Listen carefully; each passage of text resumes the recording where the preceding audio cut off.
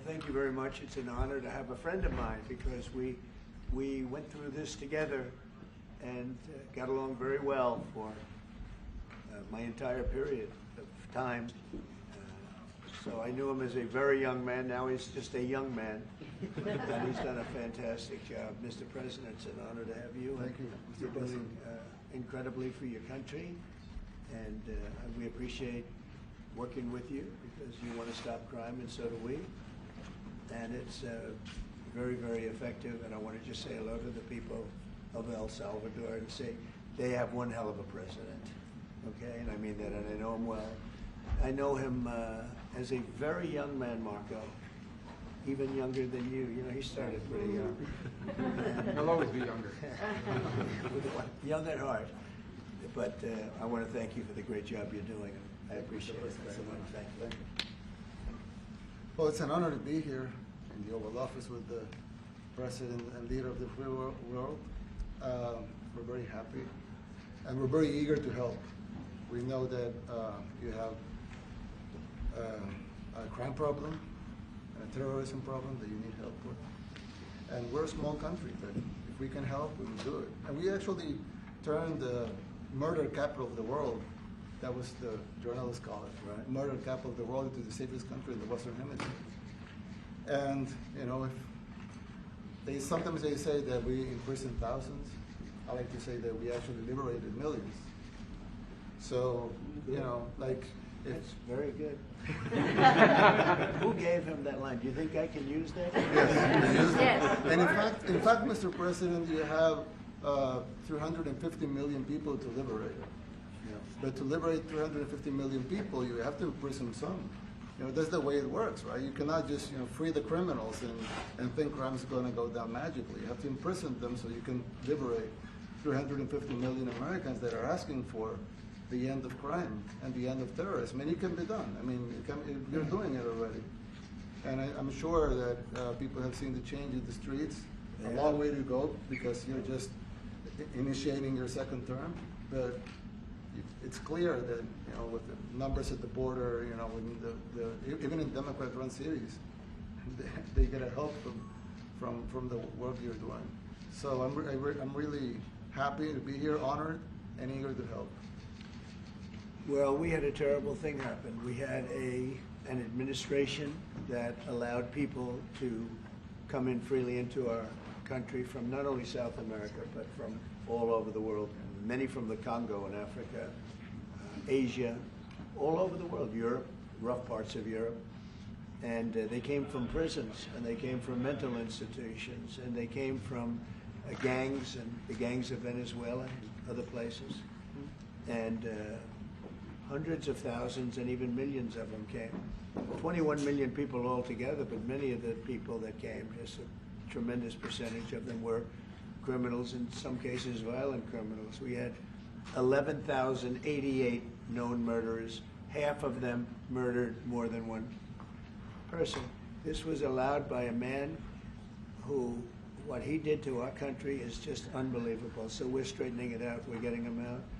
But what they did and what that party did to our country, open borders, anybody could come in. As soon as I heard that, I said, every prison's going to be emptied out into our country. That's what happened. And we're straightening it out. And we just had numbers. We had the highest recruiting numbers in the history of our country going into police departments. And a year ago, we had the lowest numbers. You couldn't hire a biggest police. change. Yeah. Nobody's From ever the seen. lowest to the highest. And the military now, Marines, the Army, Air Force, Coast Guard, every slot is, I mean, we have the best numbers we've ever had. We call it recruitment numbers. And we've never had anything like it. We had records on at every single level. But very important, the policemen. The policemen are joining forces now that we're having a hard time with policemen because we weren't protecting our police. Yeah. And we cherish our police. The police are great, and the firemen and everybody else. But we have the highest numbers that we've ever had, the most enthusiasm. Great enthusiasm. And on trade and other things, we're doing great. We're taking in billions and billions of dollars.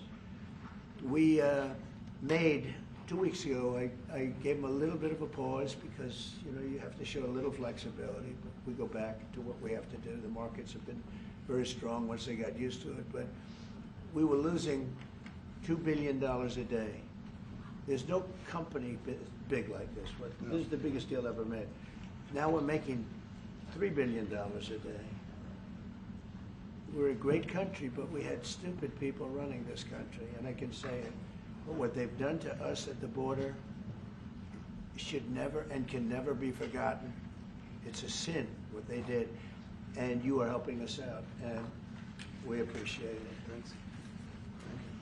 Thank you. Actually, what you're doing with the border is remarkable. It has dropped, what, 95%?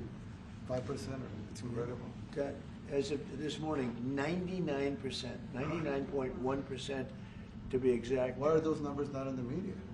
Well, they get out with the fake news, you know, like CNN over here doesn't want to put them out because they don't like putting out good numbers. They only like putting out because I think they hate our country, actually. Yeah, that's a very. But it's a shame. You're right. Isn't that a great question? Why doesn't the media? Why don't they put out numbers? Yeah, 99%. I mean, it's crazy, right? We're doing It's great. a crazy turnaround. Christy, could you maybe say a couple of words about the border? How we're doing? You know, it's just been absolutely phenomenal what a great leader can do. Clear direction. Our laws matter. We should only have people in our country that love us, and the Border Patrol and our ICE officers and law enforcement officers have done fantastic work. So we're proud of them. Now we just need to get the criminals and murderers and rapists and dangerous gang members and terrorist organizations out of our country. So, Mr. President Bukele, we thank you very much for your partnership. It has been wonderful for us to be able to have somewhere to send the worst of the worst and someone to partner with. And we'd like to continue that partnership because it's been a powerful message of consequences. Mr. President, you wanted people to know that there was consequences if you break our laws and harm our people and endanger families. And this is a clear consequence for the worst of the worst that we have somewhere to put them. Thank you very much. Yeah, we even had this gang member from Venezuela, one of the ones you sent, and we interviewed him just to get some information, etc., from them. And he said, "Oh, well, I got arrested 6 times, but they released me the 6 times, so I should be released again." And then we said, "Well, what's the last thing you do?" And he said, "Well, I shot a cop in the leg, but I didn't kill him. I just shot him in the leg." And we're like, this guy was arrested 6 times here in the United States, 6 times. He was released 6 times, and in the he was released 5 times, and the last time he was sent to El Salvador, right? So he's not getting released. But the last time he shot a cop, actually, and he shot him in the leg. So these are, like you said, yeah, there's something broken. It's the liberal establishment. But they're not running things anymore in this country, and we're run by, and I don't say conservative, I don't say anything, we're run by people with great common sense. Yeah, common sense. Because it's all common sense. Yeah. It's not liberal conservative, it's common sense. Exactly. And, like, do you allow men to play in women's sports? Do you allow men to box your women and box? Because I know you have a lot of boxing. That's violence. That's abuse of a violence woman. against women. It's Yeah, abuse of a woman. totally. But we have people that fight to the death because they think men should be able to play in women's sports. And some of those sports, it wouldn't matter much, but it still matters. But some of them are very dangerous for women. Some years ago, like we said, a decade ago or so, women rights movements were pressuring so that we enacted specific laws to avoid men abusing women. And I think those laws were great because there were a lot of men abusing women. But now some of the same people are trying to backtrack on that and actually trying to make new laws allowing men to abuse women in sports. So actually that doesn't make sense. It doesn't make sense. It's crazy. You know, they have weightlifting records, right? Yeah. A woman gets up and swings. She's incredible. A guy gets up and beats her by 100 pounds. What are you going to do? A record that hadn't been broken in 18 years. They put on an ounce, quarter of an ounce, eighth of an ounce for 18 years. Now they have a guy come up, ping. The whole thing is crazy. But they continue to fight. And I don't like talking about it because I want to save it for just before the next election. I said to my people, don't even talk about it because they'll change.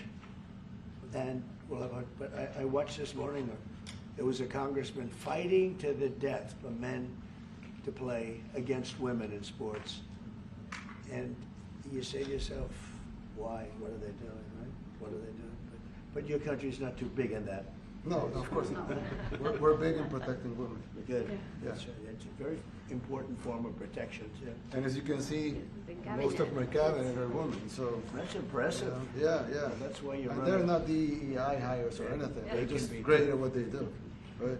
That's right. This is very impressive. Yeah, This no. is a first.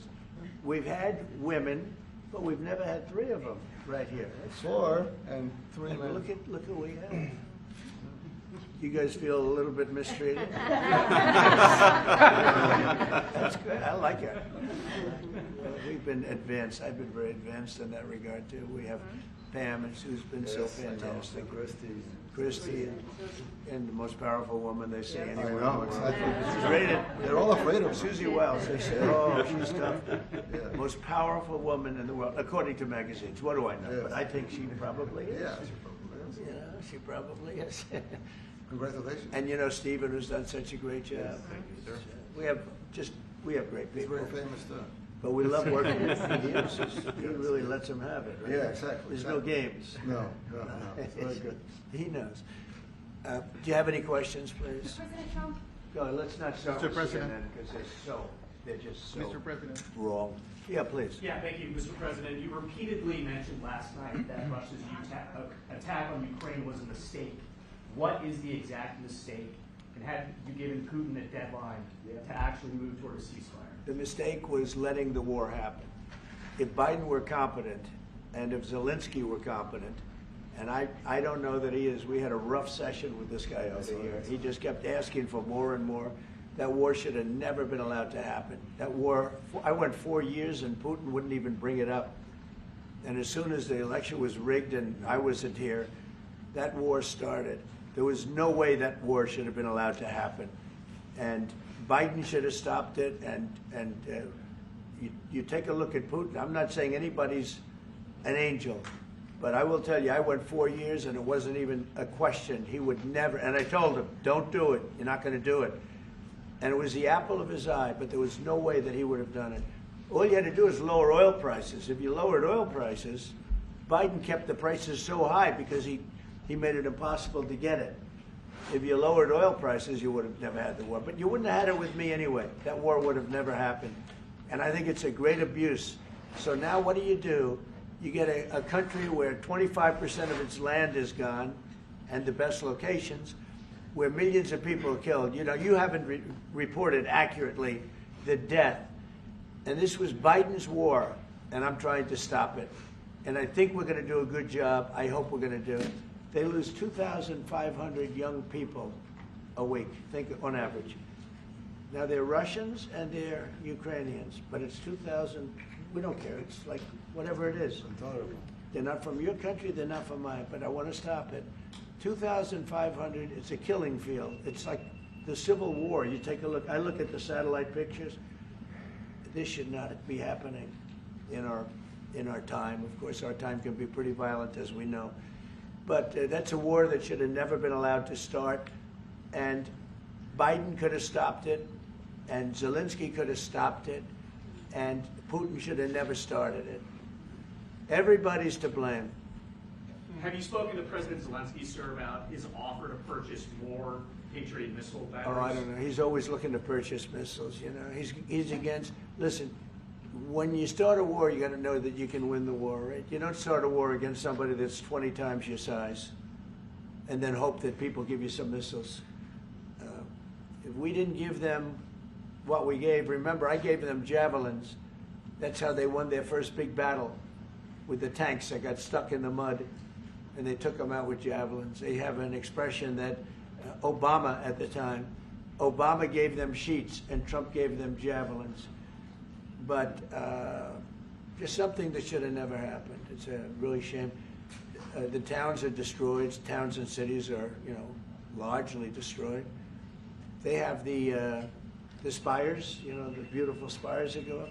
They say they were the most beautiful in the world in Ukraine for whatever reason, but the most beautiful in the world, they're mostly laying on their side, shattered and broken. And most importantly, you have millions of people dead. Millions of people dead because of Three people. I would say three people. Let's say Putin, number one, but let's say Biden, who had no idea what the hell he was doing, number two, and Zelensky. And all I can do is try and stop it. That's all I want to do. I want to stop the killing. And I think we're doing well in that regard. I think you'll have some very good proposals very soon. Last question, sir. Have you attributed a motive, sir? Have you attributed a motive through the FBI investigation behind the attack on Governor Josh Shapiro over the weekend? No, I haven't, but the attacker was not a fan of Trump, I understand, just from what I read and from what I've been told. The attacker basically wasn't a fan of anybody. It's probably just a whack job. And certainly a thing like that cannot be allowed to happen. Your good relation with President Bukele, the best guarantee that this time you won't terminate the temporary I have protected a status? great relationship with this man. I have the best relationship with him. We've known each other. I've known him since he was a very young man, as I said, very, very young, and I was impressed. I said, look how this guy is. In fact, you sort of look like a teenager. You look like a teenager. I said, what kind of a country is this? He grew up well in the last 5 years. Do you support extension for nationals of El Salvador under I temporary support protected him. status? Do you plan to ask him? Let's hear the question from this very low-rated anchor at CB. Thank you, President Trump. Do you plan to ask President Bukele to help return the man who your administration says was mistakenly Which one is that? deported? The man who was mistakenly deported to El Salvador? Well, let me ask Pam, would you answer that question? Sure, President. First and foremost, he was illegally in our country. He had been illegally in our country.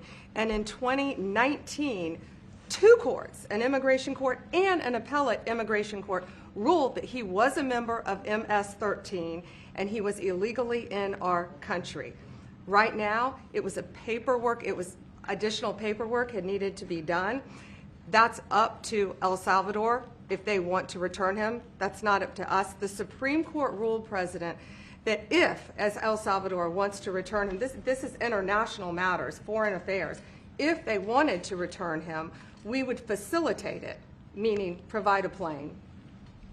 So will you return him, President And Bukele? you are doing a great job. Thank you. ¿Usted estaría dispuesto Stephen a Miller, wait a minute. Can you just also respond to that question? Because, you know, it's asked by CNN, and they always ask it with a slant, because they're totally slanted, because they don't know what's happening. That's why nobody's watching them. But would you answer that question also, please? Yes, gladly. So, as Pam mentioned, there's an illegal alien from El Salvador. So, with respect to you, he's a citizen of El Salvador. So, it's very arrogant even for American media to suggest that we would even tell El Salvador how to handle their own citizens as a starting point. As two immigration courts found that he was a member of MS-13.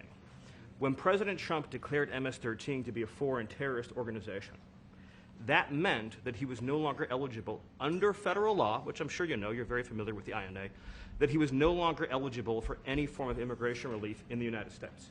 So we had a deportation order that was valid, which meant that under our law, he's not even allowed to be present in the United States and had to be returned because of the foreign terrorist designation. This issue was then, by a district court judge, completely inverted, and a district court judge tried to tell the administration that they had to kidnap a citizen of El Salvador and fly him back here. That issue was raised to the Supreme Court, and the Supreme Court said the district court order was unlawful, and its main components were reversed 9-0 unanimously, stating clearly that neither Secretary of State nor the President could be compelled by anybody to forcibly retrieve a citizen of El Salvador from El Salvador, who again is a member of MS-13, which, as I'm sure you understand, rapes little girls, murders women, murders children, is engaged in the most barbaric activities in the world, and I can promise you, if he was your neighbor, you would move right away. So you don't plan But to the ask for Supreme anyone Court is to get asking him back? to... And that- what was the ruling that your in position? the Supreme Court, Steve? Was it 9-0? Yes, it was a 9-0 In our favor. in our favor against the district court ruling, saying that no district court has the power to compel the foreign policy function of the United States. As Pam said, the ruling solely stated that if this individual, at El Salvador's sole discretion, was sent back to our country, that we could deport him a second time. No version of this legally ends up with him ever living here because he is a citizen of El Salvador. That is the president of El Salvador. Your questions about it, per the court, can only be directed to him. I asked ¿Usted lo President liberaría, Bukele, Presidente what is Bukele? can President Bukele weigh in on this? Do you plan to return him? Well, I'm suppose you're not suggesting that I smuggle a terrorist into the United States, right? It's I mean, always how can I smuggle? How can I return him to the United States? Like I smuggle him into the United States, or what do I do? Of course, I'm not going to do it. It's like, I mean, the question is preposterous. How can I smuggle a terrorist into the United States? I don't have the power to return him to the United States. So you could release him inside El Salvador. Yeah, but I'm not releasing. I mean, we're not very fond of releasing terrorists into our country. I mean, we just turned the murder capital of the world into the safest country of the Western Hemisphere, and you want us to go back into releasing criminals so we can go back to being the murder capital of the world? No, that's not going to happen. Well, they'd love to have a criminal, released into our I mean, there's a So fascination. They would love it. Yeah. They're sick. These are sick people. Marco, do you have something to say about Yeah, I mean, Stephen outlined it. I don't understand what the confusion is. This individual is a citizen of El Salvador. He was illegally in the United States and was returned to his country. That's where you deport people, back to their country of origin, except for Venezuela that wasn't refusing to take people back, or places like that. I can tell you this, Mr. President. No, the foreign policy of the United States is conducted by the President of the United States, not by a court. And no court in the United States has a right to conduct the foreign policy of the United States. It's that simple. End of story. And that's what the Supreme Court held, by the way, to Marco's point. The Supreme Court said exactly what Marco said, that no court has the authority to compel the foreign policy function of the United States. We won a case 9-0, and people like CNN are portraying it as a loss, as usual, because they want foreign terrorists in the country who kidnap women and children. But President Trump, his policy is foreign terrorists that are here illegally get expelled from the country, which, by the way, is a 90-10 issue. Well, Mr. President, you said that if the Supreme Court said someone needed to be returned, that you would abide by that. You said that on Air Force One just a few days ago, and they said that it must be facilitated. Why don't you just say, isn't it wonderful that we're keeping criminals out of our country? Why can't you just say that? Why do you go over and over? And that's why nobody watches you anymore. You have no credibility. Please, go ahead. President Trump, thank you so much. How many illegal criminals are you planning on exporting to El Salvador? And President Bukele, how many are you willing to take from the U.S.? As many as possible. And I just asked the president, it's this massive complex that he built, jail complex. I said, can you build some more of them, please? As many as we can get out of our country that were allowed in here by incompetent Joe Biden through open borders. Open borders. You probably hear open borders and you can't even understand it because nobody can understand it. Nobody smart or with common sense can understand it. So we have millions of people that should not be in this country that are dangerous. Not just people, because we have people, but we have millions of people that are murderers, drug dealers. They've been allowed to come into our country by other countries that were very smart. When they heard that this very low IQ president, and by the way, I took my cognitive exam as part of my physical exam, and I got the highest mark, and one of the doctors said, sir, I've never seen anybody get that kind of, that was the highest mark. I hope you're happy with that, although they haven't been bugging me too much to take a cognitive, but I did do my physical and it was released. I hope you're all happy with it. I notice there's no question, so probably you are. But the cognitive, they said to me, sir, would you like to take a cognitive test? I said, did Biden take one? No. Did anybody take one? No, not too many people took them. I said, what about Obama? Did he take one? No, he didn't take one either. I said, let me be the only one to take one. But I've actually taken them 3 times already. I like taking them because they're not too tough for me to take. But we had a great physical exam, so I know you're going to ask that. And the doctors who are total professionals, Walter Reed Medical Center, they're great people. And I visited a soldier that was badly wounded, incredible soldier, lost his leg, and spent a lot of time with him. I mean, great with his mother. And it was really a very great thing. They do a phenomenal job. I just want to say, Walter Reed, I was there for, 5-6 hours. You were there with me. But I took a full physical, and it came out perfecto, so that's good. That means you've got me for a little longer. Would the U.S. be willing to pay for those facilities to be opened if new ones were going to be built? I'd do something. We'd help them out, yeah. We help them. They're great facilities. very strong facilities, and they don't play games. I'd like to go a step further. I mean, I said it to Pam. I don't know what the laws are. We always have to obey the laws, but we also have homegrown criminals that push people into subways, that hit elderly ladies on the back of the head with a baseball bat when they're not looking, that are absolute monsters. I'd like to include them in the group of people to get them out of the country, but you'll have to be looking at the laws on that, Steve, okay? How essential is it for you guys to be locking up these prisoners? And do you think more presidents should follow suit like you guys as far as taking a hard stance on crime here in the United States? Well, I do. I think everybody has to. I mean, the president said it better than anybody. He said, you know, you have liberty and you have to have liberty, but to have liberty, not everybody is going to be good. And, you know, some are bad because they're sick. They're mentally deranged. They're bad. Why do you Then you have to take them, if you're going to have a country, you're going to have to take those people out. And we've been doing that. But this was like an unforced error, they would call it, where we had people that may hate our country, or maybe they're just stupid people. I think they're probably stupid people more so. A lot of people said they did it for the vote. But I did better with Hispanic people than they did, because they always use Hispanic. I did better.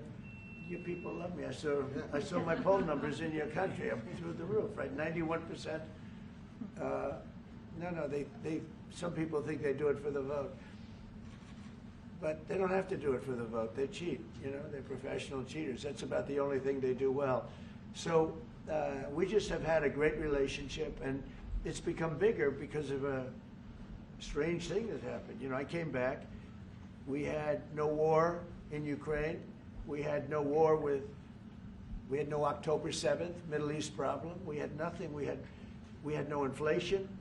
We didn't have the Afghanistan, most embarrassing moment in the history of our country, the Afghanistan, not withdrawing, because I would have been out, you know, I had it all set to bring people out with dignity and pride. That was the worst, most embarrassing moment in the history of our country, Afghanistan. We didn't have any of that. You wouldn't have had the war with Russia, Ukraine. You wouldn't have had the Middle East problem because Iran was broke. They had no money because we had secondary sanctions on and lots of other sanctions. And now every single thing, got a problem with Iran, but I'll solve that problem. That's almost an easy one. We got to solve a war that should have never started, Ukraine and Russia, and we'll get that solved. And we have to solve problems, and we already solved inflation. You know, if you look at the numbers are incredible, actually. Stock market's up, and we're not letting other countries take advantage of this country like they have for the last 40 years. So thank you very much. You have a question, please? Yes, Mr. President, thank you so much. You scored another major investment win this morning when NVIDIA pledged to build its AI supercomputer, the first time ever, right here in the United States. Thank you. That's a question I like. That's true. What is your reaction to this announcement, sir, and how will this positively benefit Americans across the entire country? Well, it's one of the biggest announcements you'll ever hear, because NVIDIA, as you know, controls that almost the entire sector, which is one of the most important sectors in the world, between chips and semiconductors and everything else. And they're the biggest. And the other biggest we already have coming in is spending $300 billion, as you know. They announced 2 weeks ago. But NVIDIA is so highly respected. And this was an announcement that a lot of people, I knew it was going to happen, but not to the extent that it happened. It's big.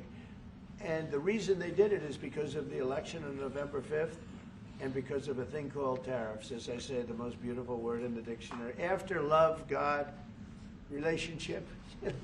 The press actually hit me and said, tariff is the most beautiful word in the dictionary. What about family, love, God?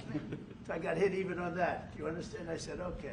So now I say it's my 5th most favorite word because they get you on anything. But that NVIDIA, it's one of the great companies of the world, modern, super modern companies, controls segments that nobody, you know, sort of controls the world in a sense, and they're coming in here in the biggest way with hundreds of billions of dollars. Not like millions of dollars, hundreds of billions of dollars, and I'm honored by it. And I want to thank Jensen and all of the people that we deal with. They're great people. They're brilliant people. And without tariffs, they wouldn't be doing it. Okay? Thank you very much. Yeah, Are please. you considering additional sanctions against Russia after their latest attack? And do you have an update on the rate and when you might announce Well, I semiconductor already have tariffs? sanctions on Russia. I put them there.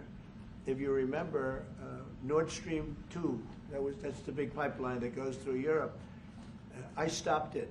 That's Russia's pipeline, the largest pipeline, I think, in the world. Goes to Germany. And I stopped it. And when Biden came in, he approved it. And then they say, oh, I'm friendly with Russia. No. Putin said, you know, if you're my friend, I'd hate to see you when you're my enemy. I stopped the biggest economic job they ever had. I stopped it cold, right? It was dead. You know that, right? And Biden came in and he immediately approved it. What was that all about? And it's a pipeline that takes care of a lot of the needs. Now, you know, it was a very controversial thing, but I stopped it, and Biden approved it. Question? On tariffs, No, not did you. update- Not Presidente update today on potential semiconductor tariffs and potentially pharmaceuticals. What? Semiconductor tariffs and potentially pharmaceuticals. Any update on Pharmaceuticals, that? we're going to do. We don't make our own drugs, our own pharmaceuticals. We don't make our own drugs anymore. The drug companies are in Ireland and they're in lots of other places, China. And all I have to do is impose a tariff. The more, the faster they move in. The higher the tariff, is very serious. It's inversely proportional. The higher the tariff, the faster they come. And yeah, we're going to be doing that. That's going to be like we have on cars. We have, as you know, a 25% tariff on cars. We have a 25% tariff on steel and aluminum. And that's what that category fits right now. Do you have a percentage in mind and a timeline? I have a timeline, yeah, not too distant future. We're doing it because we want to make our own drugs. We're doing it because we want to make our own steel and aluminum, lumber, other things. And they're all coming in. We have record numbers, $7 trillion. Since I announced, like a month and a half ago, since I came in,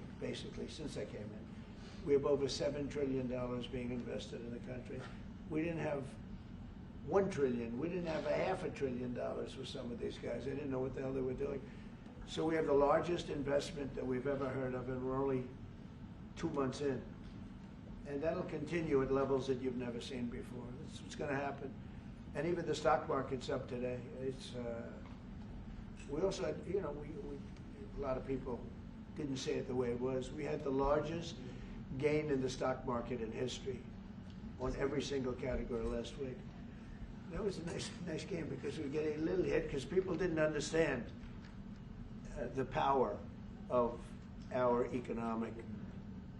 our country economically if you use it right. Do you have something to say on that, JD? Yes, sir. I mean, look, for 40 years we have lost manufacturing capacity. Workers have seen their wages stagnate. And some of the most critical things that we need, from the pharmaceuticals, the drugs that we give to our children, the antibiotics that we give to our kids, to the weapons that we actually need to fight a war, if God forbid we had to fight a war, we don't make enough of that stuff. And so President Trump ran explicitly on changing that. Yes, as the president mentioned, it caused a little bit of disruption in the market, but I actually think over the long term, workers are going to benefit, stocks are going to go up, American businesses are going to benefit as we reinvest and reindustrialize our country. And the auto workers and the Teamsters and all of the unions, you know, not traditionally Republican, but I'm winning those unions by, we're up 40, 50 points on the Democrats. They're losing everything. They're losing everything because they just have policies that are not believable. They fight for policies that are 5% popular, and nobody knows who the 5% are. I mean, nobody can find the 5%. But if you go back to Ohio, and by the way, we have the great championship team from Ohio coming in today, right? Very big day. And that's going to be a little bit later. And that'll be, if you want to stick around, I'll introduce you to some nice people. You'll see some very large people, right? You'll see some people that even you have not seen people like this. These are big, these are 6'7", 380 pounds with no fat. Okay, that's pretty good, right? But the team, the national championship team, is being honored today at the White House, so that'll be exciting. If you're around, you want to stay around, I'll have you up there. You can tell them all about your prison, how you have to behave. when you're in prison. Okay. Who else? Temporary are those exemptions on electronics? Go ahead, please. Yeah, you said yesterday that you're making a decision on Iran very quickly. What do you mean by that? Is that a decision to strike Iran? Solve their problem very quickly. Iran wants to deal with us, but they don't know how. They really don't know how. We had a meeting with them on Saturday. We have another meeting scheduled next Saturday. I said, that's a long time. You know, that's a long time. So I think they might be tapping us along. But Iran has to get rid of the concept of a nuclear weapon. They cannot have a nuclear weapon. He can't have a nuclear weapon. Nobody can have. We can't have anybody having nuclear weapons. You know, we can't have nuclear weapons. And I think they're tapping us along because we're so used to dealing with stupid people in this country. And I had Iran perfect. You had no attacks. You would have never had October 7th in Israel, the attack by Hamas. Because Iran was broke. They were stone cold broke when I was president. And I don't want to do it. I want them to be a rich, great nation. The only thing is, one thing, simple. It's really simple. They can't have a nuclear weapon. And they got to go fast because they're fairly close to having one. And they're not going to have one. And if we have to do something very harsh, we'll do it. And I'm not doing it for us. I'm doing it for the world. And these are radicalized people, and they cannot have a nuclear weapon. Does that include a potential strike on Iranian nuclear facilities? Of course it does. Just a follow-up question, a clarification. You mentioned that you're open to deporting individuals that aren't foreign aliens but are criminals to El Salvador. Does that include potentially U.S. citizens, fully naturalized Americans? If they're criminals and if they hit people with baseball bats over their head that happen to be 90 years old, and if they rape 87-year-old women in Coney Island, Brooklyn, yeah, that includes them. What do you think? There's a special category of person? They're as bad as anybody that comes in. We have bad ones too, and I'm all for it because we can do things with the president for less money and have great security. And we have a huge prison population. We have a huge number of prisons, and then we have the private prisons, and some are operated well, I guess, and some aren't. But he does a great job with that. We have others that we're negotiating with too. But no, if it's a homegrown criminal, I have no problem. Now, we're studying the laws right now. Pam is studying. If we can do that, that's good. And I'm talking about violent people. I'm talking about really bad people. Really bad people. Every bit as bad as the ones coming in. And I made the statement when I heard about this a long time ago now, 4 years ago. When I heard that this guy was having open borders, I said every single criminal from all over the world is going to be dumped into our country. And that's what happened. The jails of the Congo were emptied out. The jails of Venezuela were emptied out. And you know what happened? Their crime went way down. But now Venezuela has other problems. You know what the problem is? They have no money. Yeah. Because I shut off their oil, and we put secondary tariffs because they're not doing what's right over there. They know what to do. We spoke to them. I spoke to them. They know what to do. But they have no money. Venezuela has no money.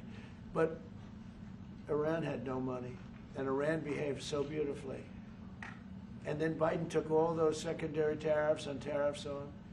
I told China, you can't buy oil. If you buy oil from Iran, China, I told it to President Xi, then we no longer want you to do business with the United States of America. And those ships disappeared from that harbor so quickly. China.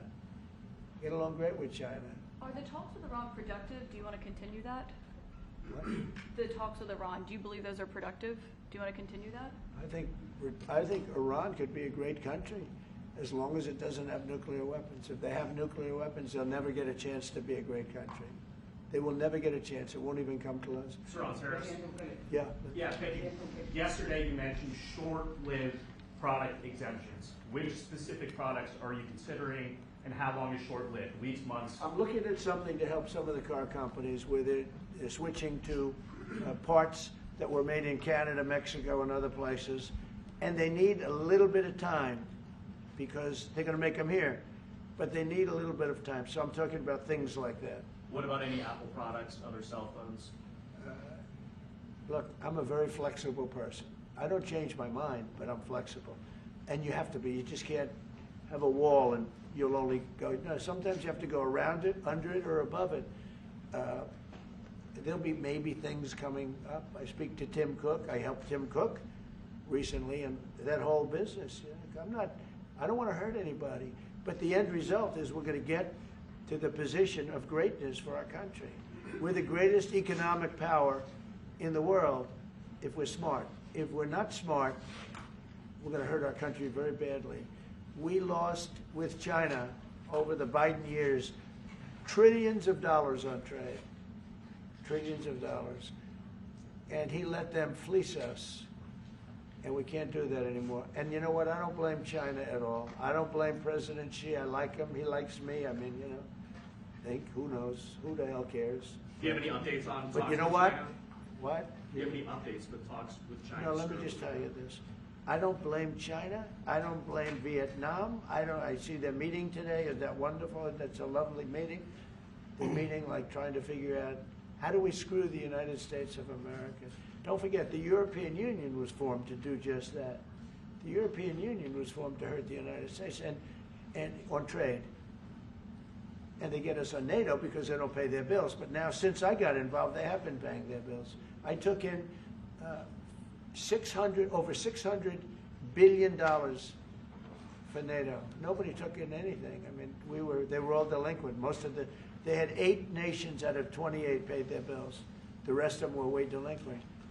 And I said, if you don't pay your bills, we're not going to protect you anymore. And the money poured in over 600. The Secretary General last week made that statement. He said, I've never seen anything like it. We couldn't get anybody to pay because the United States was footing the bill for NATO. Well, we got hurt there, and we got hurt on trade, likewise, European Union. And they've got to come to the table. And they're trying to. They're trying to. But the European Union has taken terrible advantage. They don't take our food products. They don't take our cars. We have millions of their cars, BMW, Volkswagen, Mercedes-Benz, many others. They come in by the millions. They don't take, there are no Chevrolets in Munich, I can tell you that. I said to Angela Merkel when she was there, as she was letting millions of people infiltrate Germany, which was not so good from, we would call them illegal immigrants, but she made them legal. But I said to her, and I get along with her very well, I said, how many Chevrolets do we have in Munich or Frankfurt? Why, none, Donald, none. I said, you're right. And yet we take in millions and millions of cars. No, those days are over. How long do you Okay, think the exemption thank you very lasts? much, everybody. Thank you, President. Thank you.